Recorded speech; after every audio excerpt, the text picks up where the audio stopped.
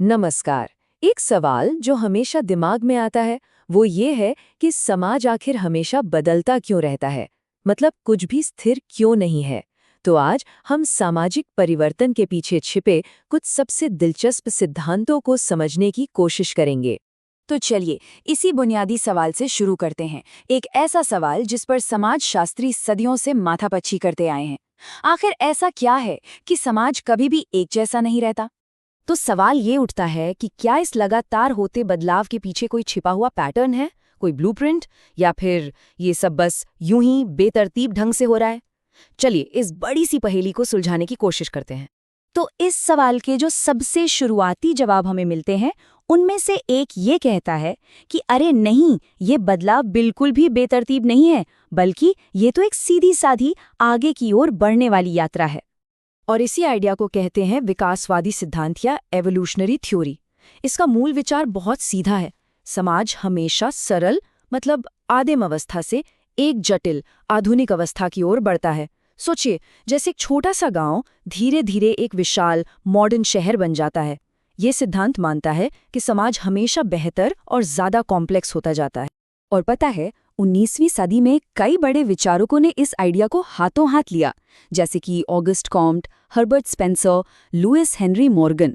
ये सब लोग समाज को ना एक जीते जागते जीव की तरह देखते थे, जो समय के साथ साथ एक सरल रूप से विकसित होकर एक जटिल रूप ले लेता है।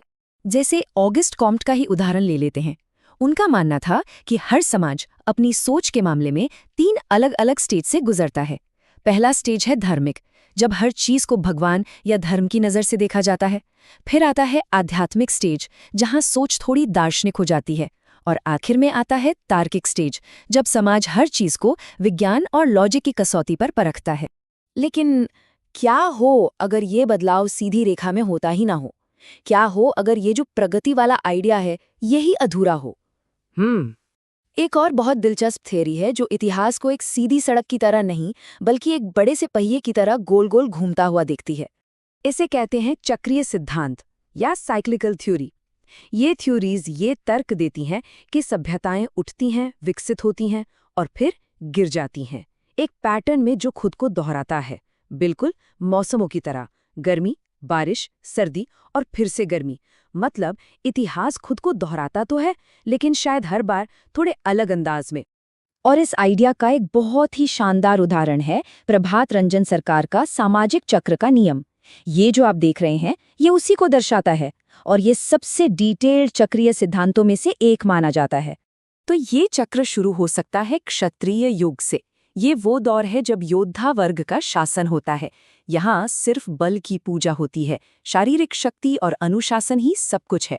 मतलब सीधा हिसाब, शासन तलवार के दम पे चलता है।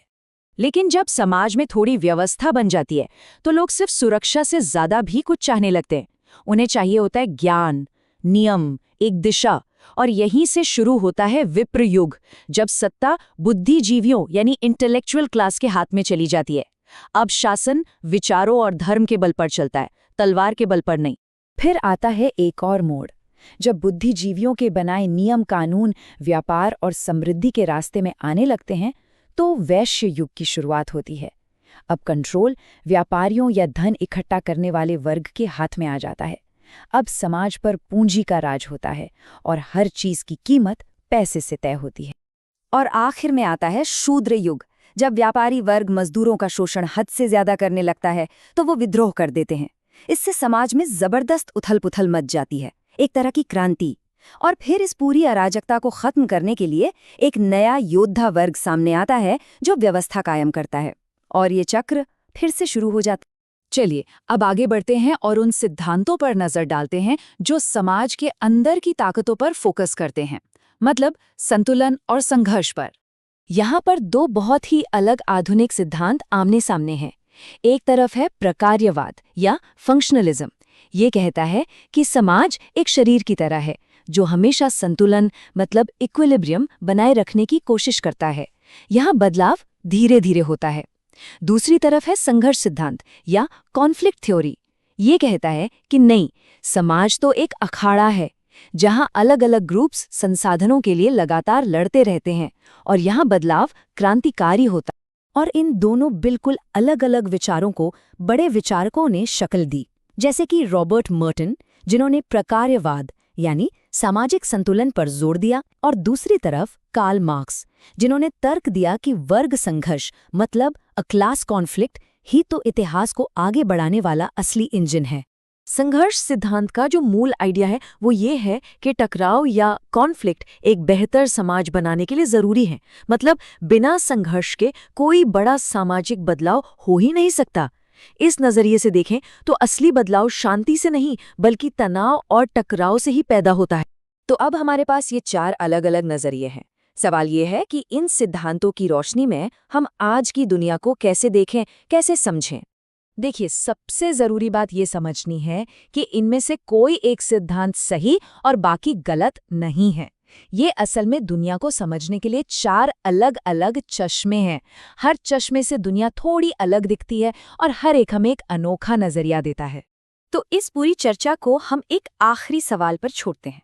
अगर इन चारों चश्मों से देखें तो आज का हमारा समाज किस दिशा में जाता हुआ दिख रहा है?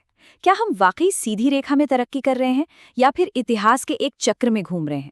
क्या हम बस किसी तरह संतुलन बनाने की कोशिश कर रहे हैं या फिर एक बहुत बड़े संघर्ष की तरफ बढ़ रहे हैं?